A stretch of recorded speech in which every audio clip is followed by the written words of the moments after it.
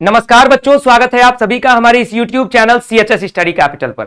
और CHS के entrance exam का ड्रेस कोड क्या होगा, इसको लेकर के कुछ बच्चों के सवाल आ रहे थे, कुछ बच्चों के प्रश्न आ रहे थे कि सर एग्जाम के दिन हमें क्या पहन के जाना है, किस तरीके का ड्रेस कोड हमें फॉलो करना चाहिए। तो आज की इस वीडियो में हम लोग उसी पर बातचीत करेंगे। और जनरली मैक्सिमम एग्जाम में ऐसा होता है कि ड्रेस कोड को लेकर के सवाल रहता है कि इस एग्जाम का ड्रेस कोड क्या होगा, क्योंकि कहीं कहीं पर कुछ ना कुछ बाध्य होता है कि आपको ये पहनना है, ये नहीं पहनना है। तो चलिए इसी पर बातचीत करेंगे और हमारे साथ आपके सूरज सर भी हैं।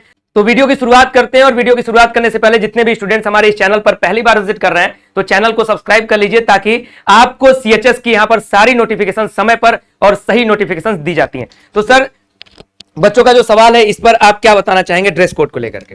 देखिए, ड्रेस कोड होना चाहिए हमारे पास में कुछ ऐसा बच्चा कि जिसमें हम कंफर्टेबल हो सके। क्योंकि आपको सही बात पता है कि एग्जाम में एक लंबे ड्यूरेशन में आप एक पोजीशन में बैठे रहने वाले हो, तो उस बेहतर पोजीशन में आप किस तरीके से कंफर्टेबल हो। आपको ऐसे नहीं करना है कि भाई आप पहन के चले जा रहे हो ऐसा अनकंफर्टेबल सा ड्रेस जिसमें आप कंफर्टेबल नहीं हो और एग्जाम में आपका उसी पे ध्यान अटका हुआ है। ठीक है, तो ऐसी चीजें तो बिल्कुल नहीं करनी चाहिए। क्यों सर? बिल्कुल, कंफर्टेबल ड्रेस कहने का मतलब यह है कि आप जो भी जिस ड्रेस में आप अपने आप को सहज महसूस करें वैसा ड्रेस पहने। जैसे सबसे एक महत्वपूर्ण प्रश्न आ जाता है कि सर एग्जाम में जूता पहन के जाना है या फिर नहीं जाना है। देखिए, एग्जाम CHS के एग्जाम में जूता पहनना या नहीं पहनना, कहीं पर भी ऐसा मना नहीं किया गया कि जूता आपको नहीं पहनना है। लेकिन गर्मी का समय है, अगर आपको जूता पहनने की आदत होगी कि सिर्फ जूता ही मैं पहनता हूं तो फिर जूता पहनिएगा। अदरवाइज अगर आप कंफर्टेबल चप्पल में है तो चप्पल पहनिएगा।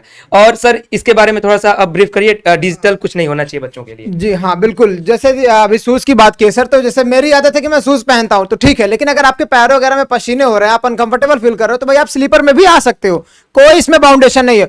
और दूसरी चीज बहुत इंपॉर्टेंट कि कोई भी गैजेट जैसे चीजें आपके पास में नहीं होनी चाहिए। जैसे अगर कई लोग डिजिटल वॉच पहन के चले आते हैं, तो भाई आजकल आपको पता है कि टेक्नोलॉजी इतनी बढ़ गई है कि आपके पास में छोटा सा वॉच रहेगा और सारा का सारा काम उसी से हो जाएगा।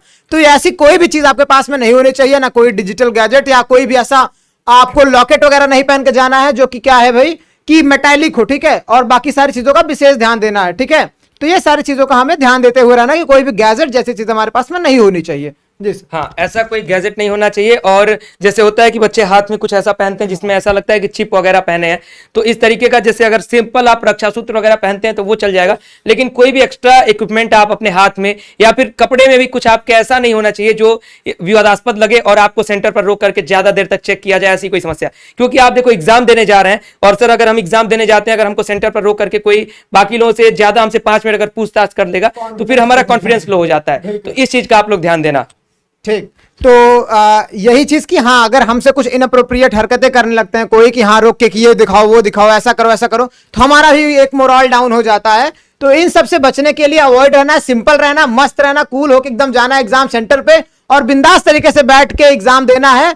और रही बात एग्जाम के, तो भाई प्रिपरेशन तो आप कर ही चुके हो, लगातार मैराथन चल रहे हैं, लगातार PYQs कराए जा रहे हैं, तो बेहतर तरीके से तैयारी करते रहिए। Wish you all the very best. मेरी एंड से बस इतना ही। बाकी विपुल सर। हाँ, एक और जरूरी बात जो कि सूरज सर आपको ही बतानी थी, बच्चे जितने हैं रुमाल रख लेना एक अपने पास, एक बढ़िया सा सिंपल सूती रुमाल रख लेना, ताकि जब एग्जाम देते हो ना तो आपके हाथ में नीचे जो है पसीना होता है। आप जनरली अब आपको नहीं पता है एग्जाम आपका सेंटर कैसा है, और ये भी नहीं है कि एग्जाम सेंटर में AC लगा होगा, सिंपल सा फैन लगा होगा। अगर 5 मिनट के लिए भी सर लाइट कट जाती है, धूप होगा, तो आपका जो ये हाथ होगा पसीने से अगर भीगेगा और अगर वो OMR पे लग जाएगा तो आप OMR सही से भर नहीं पाएंगे। अगर OMR गीला होगा तो वो OMR खराब होने की भी संभावना है। इसलिए इस चीज को भी ध्यान रखना कि एक रुमाल रख लेना। और कौन कौन से इंपॉर्टेंट डॉक्यूमेंट चाहिए उसका वीडियो हम लोग ऑलरेडी बना चुके हैं। ठीक है, तो ये वीडियो आप सभी के अपडेट के लिए रहा कि ड्रेस कोड क्या होना चाहिए। आप सभी को इसमें बहुत सारी चीजें अच्छे से समझ में आई होंगी। तो वीडियो अच्छा लगा है तो लाइक कर देना, और कमेंट बॉक्स में और कोई भी सवाल हो तो पूछ लीजिएगा। हम लोग लगातार आपको सुझाव दे रहे हैं, लगातार आपको सजेस्ट कर रहे हैं पढ़ाने के साथ साथ। और चैनल पर पहली बार विजिट कर रहे थे तो सब्सक्राइब कर लीजिए, बेल आइकन प्रेस कर लीजिए। एग्जाम के डेट तक, एग्जाम के आपके रिजल्ट तक हम आपके साथ रहने वाले हैं, आपके एडमिशन के दिन तक। Thank you very much. Bye bye.